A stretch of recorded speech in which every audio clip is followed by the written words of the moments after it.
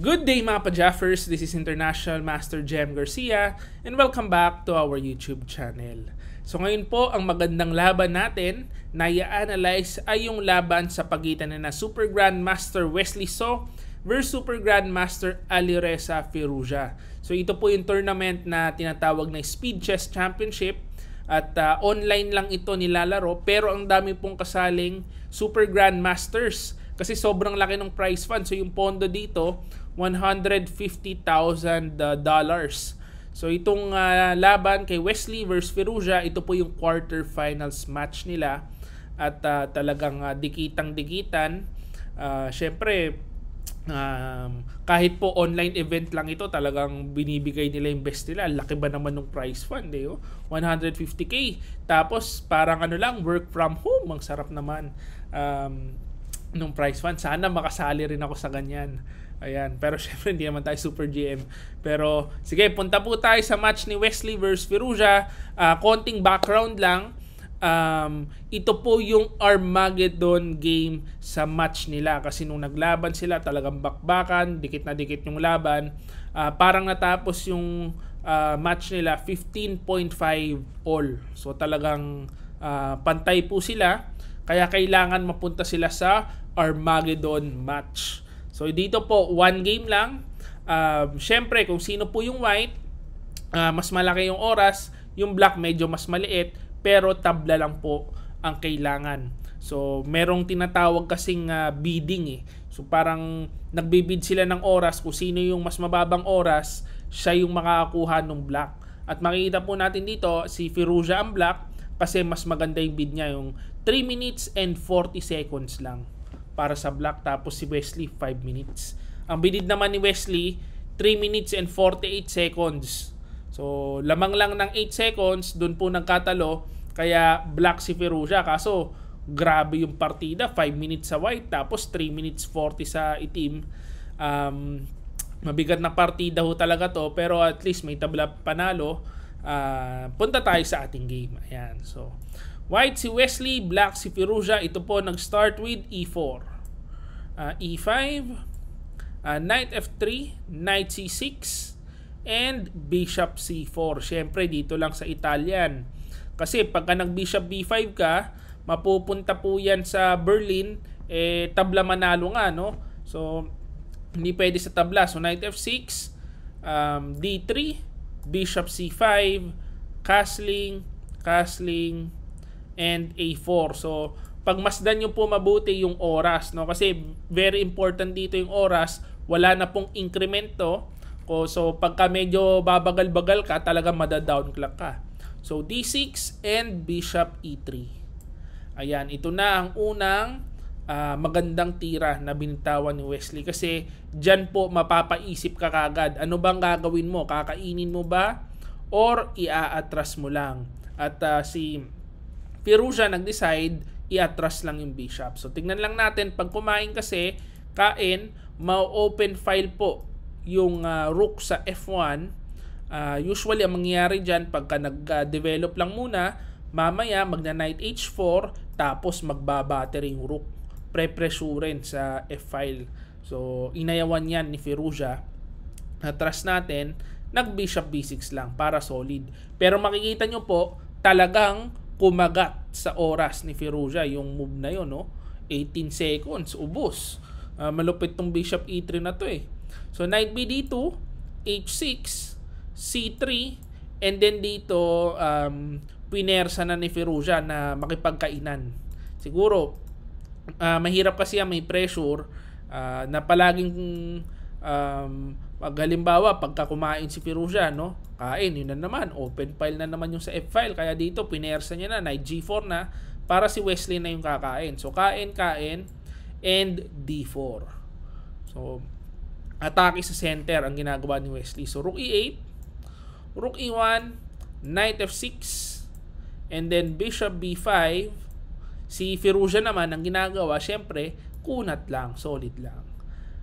Bishop D7, and then pagka H3, Knight E7, palit ng pyesa. Knight takes D7. Dito medyo umu-okay ang posisyon ng ng itim. Not to mention po, kung titingnan nyo yung oras, no? 3:22 si Wesley, 1:43. So talagang nakagatan na yung lamang ni Wesley sa time advantage, no? Parang around 40 seconds na lang dito. Kailangan mag-speed up ng konti. So knight F1, knight F1, knight G6, knight G3. So usual idea po sa mga ganitong formation, yung pagkatalon-talon ng ganyan ng knight, kasi papunta yung F5 or H5. May pressure sa G7. So knight F6, queen C2, queen D7, and then ngayon nag C4 na. So kailangan talaga, no, kung ikaw ang must win situation, talagang pasugod po ang mga tira mo. So C4, knight H7 with the idea of knight G4, tas magkakapalitan na naman ng mga pyesa.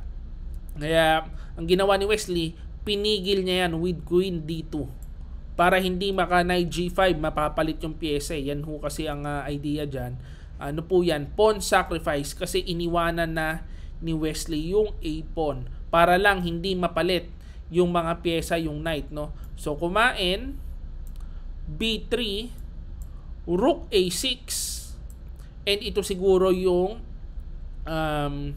tinatawag na compensation na nakita ng Wesley with D takes E5.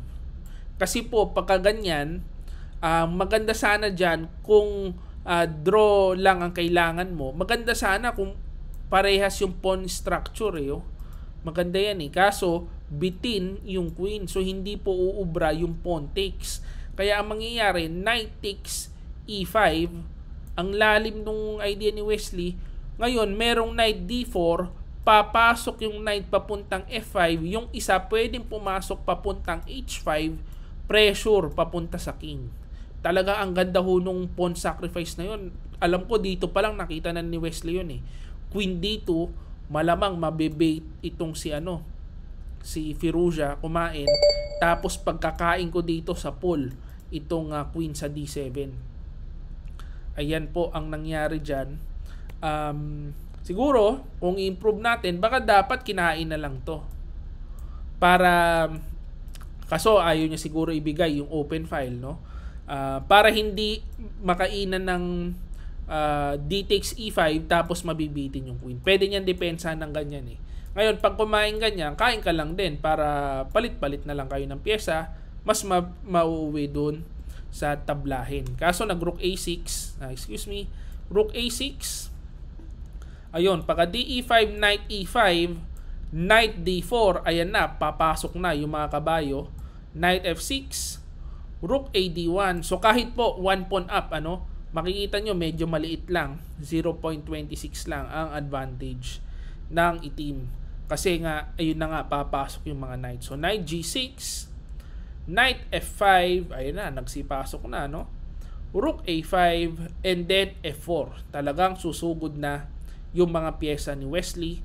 So queen C6, king H2, pinakain lang ang pawn. Kasi pag kumain, meron namang queen D4, and then pagka knight F6, binira na ni Wesley ng sacrifice. So kain, and then knight takes G7. Grabe yung sacrifice na yon, kita ni Wesley kagad. Of course, pag kumain po, ang idea ni Wesley is B4. Ayan, kasi kailangan maalis itong rook, kasi yan po ang dumidepensa sakto sa H5 square. Pag talo ng knight, tagpas yung knight at saka king. So dito lumalamang na si Wesley, although kahit kung makikita nyo po maliit lang yung lamang, 0.4, pero dapat ang titingnan nyo kasi pagka ganitong mga blitz game, yung oras. So dito 37 seconds si Firouzja, si Wesley lamang ng 1 minute, so 1:39. And kahit po gaano kabilis yang si Firouzja na yan, kung lamang naman ng 1 minute tapos yung king mo pa binobomba ng ganyan, mahirap pong depensahan. So dito ang only move para maganda ang depensa siguro ito. Yan na po ang engine na binibigay.